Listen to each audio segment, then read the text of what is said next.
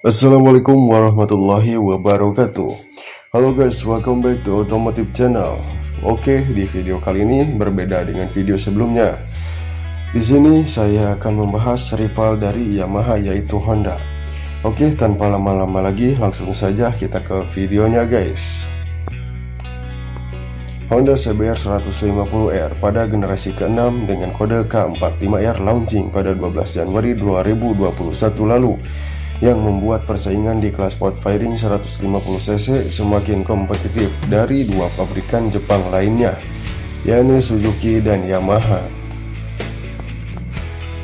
Oke, jadi di video kali ini saya akan membahas sejarah singkat dari 6 generasi CBR 150R. Namun sebelum itu, jangan nyalakan lonceng notifikasinya guys, supaya kalian tidak ketinggalan info-info seputar otomotif dari Automotive Channel. Langsung saja pasang headset kalian dan cari tempat terbahan, dan inilah pembahasannya. Generasi pertama, Honda CBR 150R pertama kali muncul pada tahun 2002, tepatnya saat konfigurasi 2 tak mulai ditinggalkan karena semakin ketatnya uji emisi atau gas buang yang ditetapkan.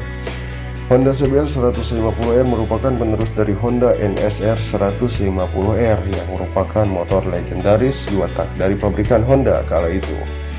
Kemudian pabrikan Honda melalui AP Honda Thailand mengeluarkan motor 150cc dengan konfigurasi 4 tak bernama Honda CBR 150R.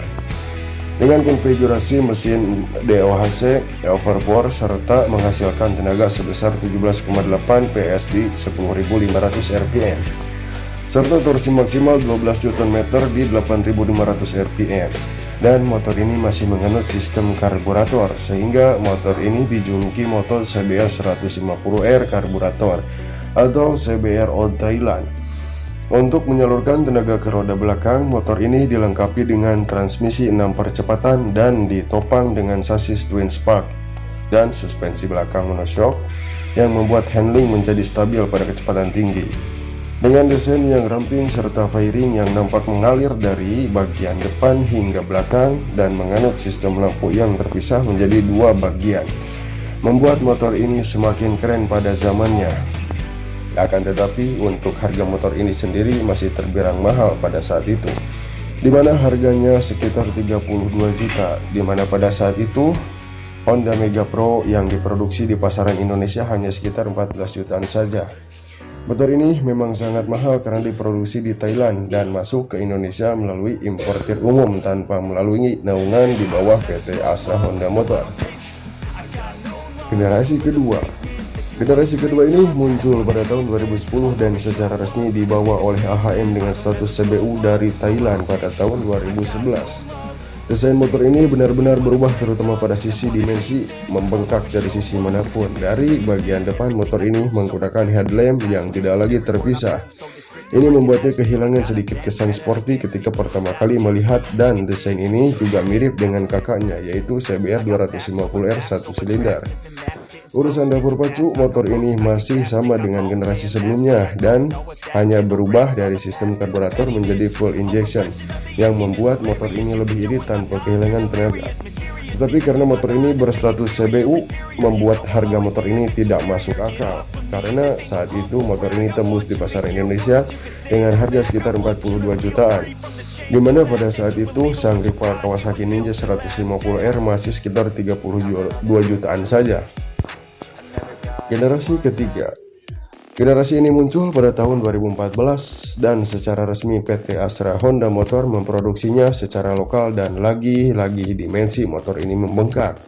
Pada bagian headlamp, motor ini kembali menggunakan 2 lampu yang terpisah. Secara desain mereka terinspirasi oleh motor sport bike mereka, yaitu Honda CBR 1000RR yang desainnya juga diturunkan ke CBR 250R pada saat itu.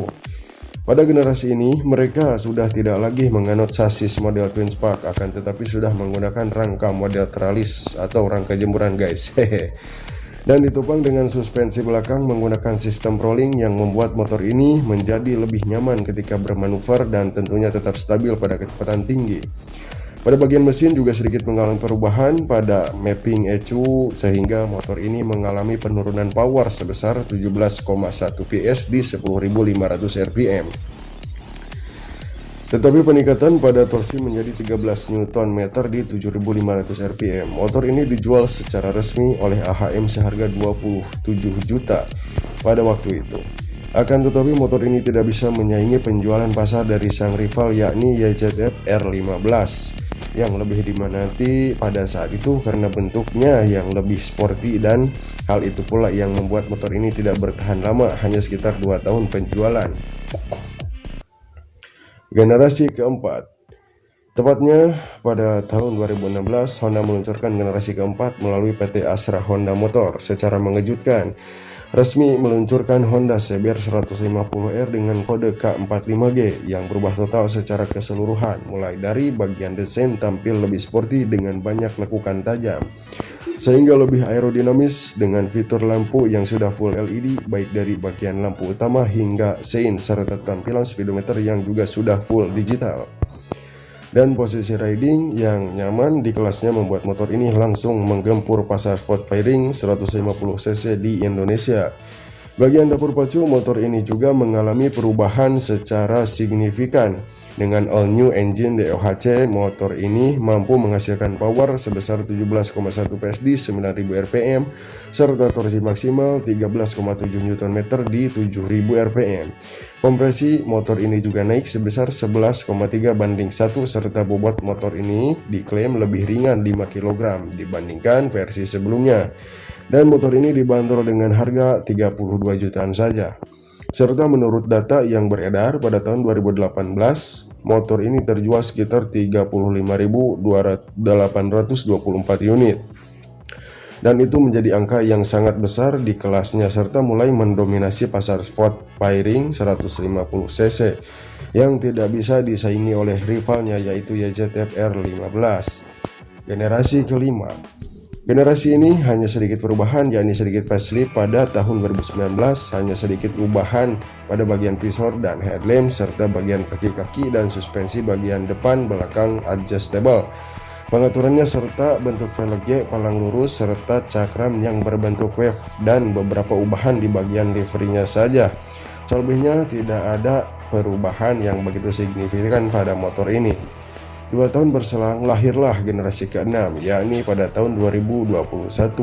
Secara tampilan all new CBR 150R ini mengikuti skema desain dari CBR 250RR. Perubahannya terlihat pada bagian depan yang identik dengan sang kakak, lampu utama yang terpisah dua yang kini lebih sipit ketimbang CBR 150R 2016. Tak lupa juga di atasnya ada daytime running light atau DRL serta garis skema desain all new CBR 150R merupakan CBR 250RR versi mini. Lampu belakangnya juga berubah seperti CBR 1/4 liter atau sang kakak CBR 250RR.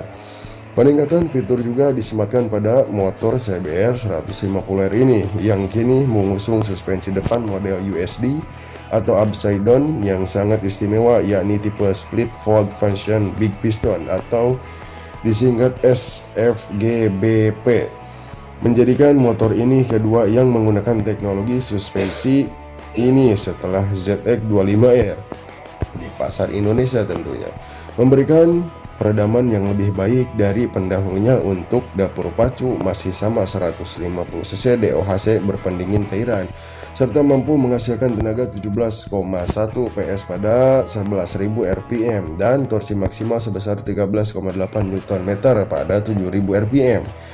Tenaga yang disalurkan ke roda belakang dengan transmisi 6 percepatan. Perbedaan lainnya yaitu model baru ini sudah dibekali fitur assist slipper clutch seperti kompetitornya, yakni Yamaha YZF R15. Honda tidak melakukan ubahan pada sektor mesin karena menurut survei mereka mesin ini sudah sangat cocok di Indonesia yang cenderung stop and go serta efisiensi bahan bakar. Motor ini dibanderol sekitar 36 jutaan saja.